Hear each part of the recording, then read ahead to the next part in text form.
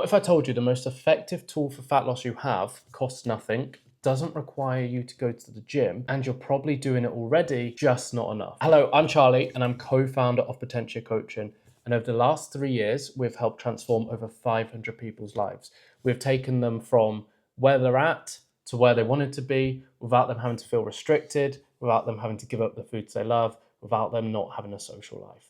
If you're interested in our premium one-to-one coaching, there'll be a link in the description below, and that will be for our application form. So the easiest tool, and it's probably cliche, but it is actually your steps. Now, there's a massive misconception when it comes to losing weight. Most people believe when it comes to fat loss that they have to be sweating, they have to be breathless, they have to be pushing themselves to the limit. But actually, one of the easiest tools and probably the most sustainable will be your steps. You do it every day, you're probably just not doing as much as you should be. What actually matters the most when it comes to weight loss, it's not going all out in a workout and then not doing anything for the rest of the day. It's how you burn calories across the full day. So what you want to look at is your TDEE, which stands for Total Daily Energy Expenditure. And that just is how many calories you burn across the full day. And it's split into 4 categories. So you have your first section, which we actually do not have control over, is your BMR. That takes up 70% of the calories. The next part is your NEAT, so your non-exercise activity thermogenesis. And this is what steps falls into, and it takes up 15% of your calories burnt throughout the day. The other two take up 15% together.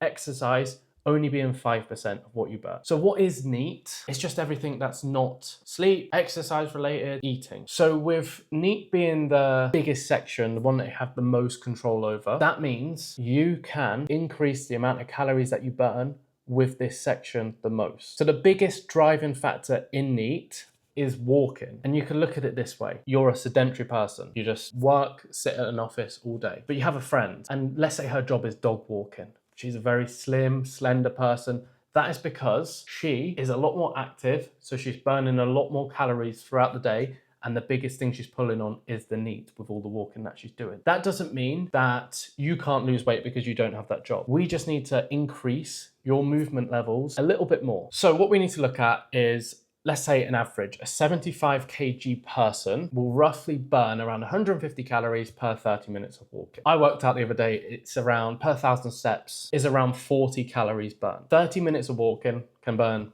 150 calories. Now you need to look at is the amount of steps that you can get in physically throughout the day. So there is a couple of options. You could look at time blocking certain periods, or just working out, saying like, this is how many steps that I want to do across the day. Let's look at the easiest parts or the easiest times that you can increase your steps. Commute to work or walking the kids to school. You've got your lunch break, commute after work, picking your kids up from school, after lunch walk, after dinner walk, like all of these walks you can add in. So it could be across a day, 15-minute walk to school, then you got to walk back, so that's 30 minutes there. Then you got a lunch break, and let's say it's an hour overall. Could you split it into 3 20-minute blocks? The first 20 minutes, I recommend going out and getting your steps in. Then the next 20 minutes, you'll have to eat your food. Final 20 minutes, just to chill and get ready for your next work block. That's the easiest way to break down an hour. If you've only got 30 minutes, do it in 10-minute blocks. If you're doing 3 walks a day of 30 minutes, you could be burning up to, we could say 400 calories overall, which over a week, that could be 2,800 calories to 4,200 calories, which could be 0.5 kg of body fat to 1 kg of body fat that you could lose just from walking. Now, I know a lot of you aren't gonna have time to go do loads of movement, but the biggest thing is to just push yourself a little bit more. So let's say your average is 5,000 steps currently. Go and try and do 7,000 steps. Once you can consistently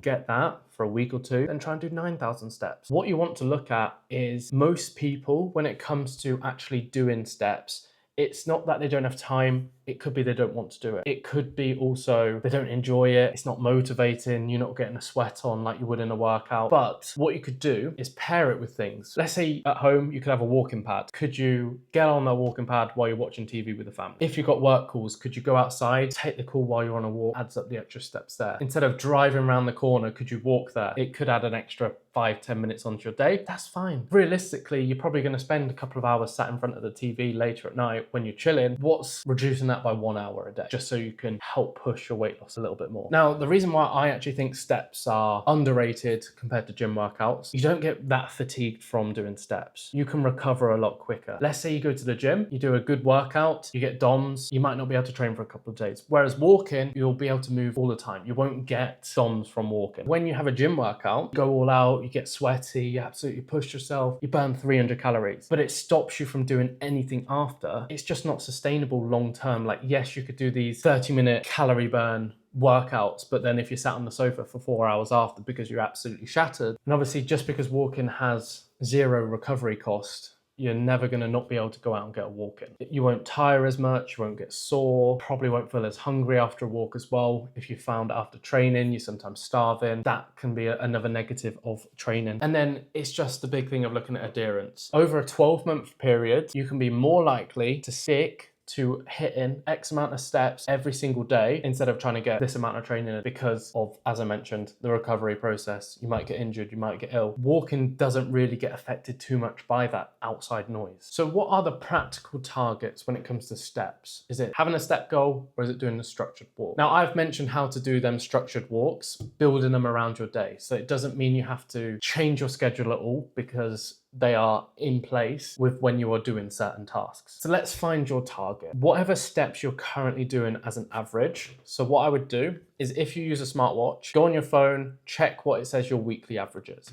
Let's say, as I mentioned, your weekly steps are 5,000. All I want you to do is go and put 2,000 on top of that. If they're 3,000, I want you to go do 5,000. If it's 6,000, I want you to go do 8,000. If it's 10,000, I want you to go do 12,000. Now, there is no magic number of steps that you need to do. Yes, if you're doing 3,000, you could probably increase that a lot more. But when you get 7, 8, 9, 10, it actually comes down to, I think, a little bit more the time that you can do it. If you can go do 12,000 steps, great. But if you're someone that once you get to 8,000, that is actually the biggest struggle to get them in and you can't physically go out and get any more in, just stick with that. Don't feel like you have to overwhelm yourself to get more steps in. Finally, let's just look at the compound effects over weeks and months. 300 calories extra per day, times that by 30 equals 9,000 calories. 9,000 calories will equal roughly 1.2 kg of body fat. And that means you have to change 0 to your diet. Over 3 months, at that rate, it's going to be around 3 to 4 kg of body fat. The big compound effect to look at when it comes to movement, after 4 to 6 weeks, it stops feeling like a chore and just starts to feel more like a habit. And that way it's less of a struggle, it's part of your life, and it just flows nicely. So if you're starting to park further away at the shops, that will start to become a habit. If you're walking to deliver the post, that will start to become a habit. If you're walking the kids to school, that will start to become a habit. All of these things will take time, but the compound effect